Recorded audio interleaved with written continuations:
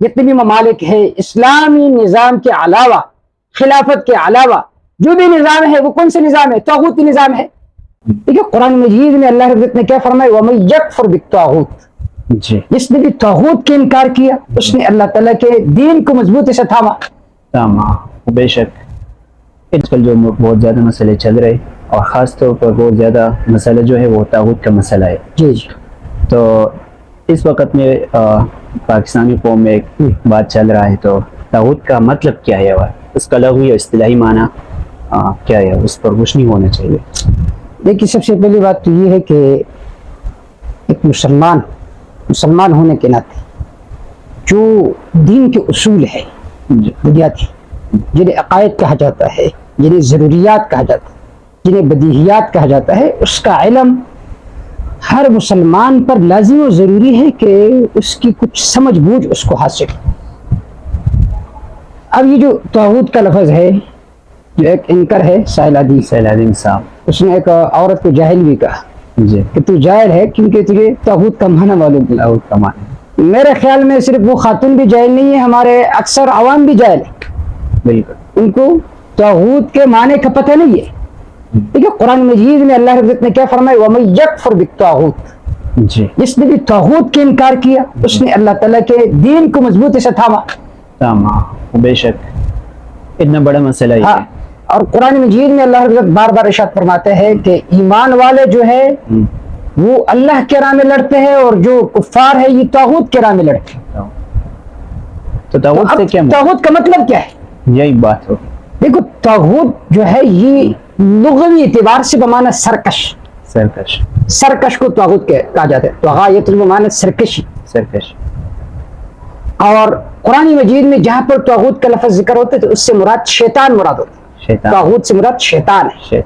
ये तो इसका लुग़वी और इस्तिलाही तारीफ हो गया, लेकिन मुराद इससे क्या है जी? यानी जिसने भी शैतान के इनकार किया, तो शैतान के इनकार तो हर कोई करता है जी, बल्कि कुफार भी शैतान को नहीं मानते। सही बात है। हाँ, किसी काफिर का नाम आपने शैतान सुना हो? नहीं, यहूद और ईसाई तो इसके खिलाफ है। सारे शैतान को नहीं मानते। तो अब इस तागूत से कोई मुराद होगी, क्या मुराद है? क्या मुराद? तो जितने भी दुनिया के अंदर इस्लाम के अलावा जो कवानीन और जो निज़ाम राइज है वो तागूती निज़ाम उसे कहा जाता है। यानी वो निज़ाम जो शयातीन के ईमा पर चलते हैं, उनके इशारों पर नाचते हैं, तो उसे तागूती निज़ाम कहा जाता है।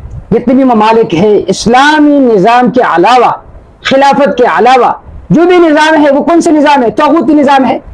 क्यों? इसलिए कि वो शैतान के ईमा पर चलते हैं और जो कुरानी अहकामात हैं उसके मुताबिक तो जिंदगी नहीं गुजारते, बल्कि जो ज़मीनी कवानीन होते हैं उसके मुताबिक वो जिंदगी गुजारते हैं जी। तो तागूत का माना है हर वो निज़ाम जो कुरान और सुन्नत और हदीस के खिलाफ हो, तो कौन सा निज़ाम होगा? तागूती निज़ाम होगा। और इसी वजह से बाद मुफस्सिरीन ने तागूत का माना ये भी जिक्र किया है कि कुल्लु मा उबिदा मिन दूनिल्लाह फहुव तागूत, जिसकी भी इबादत कीजिए, पूजा किए जाए अल्लाह के अलावा, तो तागूत है। अल्लाह के सिवा जिसकी भी, अल्लाह के सिवा जिसकी भी इबादत कीजिए, जिसका भी हुक्म माना जाए जी। इबादत का सिर्फ ये मतलब नहीं है कि सजदा करो। सलादीन साहब तो इसमें ये भी फरमाते हैं कि अल्लाह के अलावा जो किसी ने एक पाबंदी लगा दिया है जी, जो पाबंदी जी, चाहे वो वालिदैन की भी हो, चाहे वो हुकूमत के भी हो, चाहे किसी इदारे के भी हो, वो अल्लाह के खिलाफ है, अपने कवानीन बनाई हो। जी देखो इस बारे में ये बात जिक्र कर दो, साहिल अदीम साहब जो है उनकी बात बातें अच्छी भी है, लेकिन वो इस तारीफ की वजह से जो वो ही कर रहे हैं, आपने जो अभी जिक्र की कि जिसका भी हुक्म हो, चाहे वालिदैन का हो, चाहे हुकूमत का हो, तो तागूत है। ऐसा नहीं है।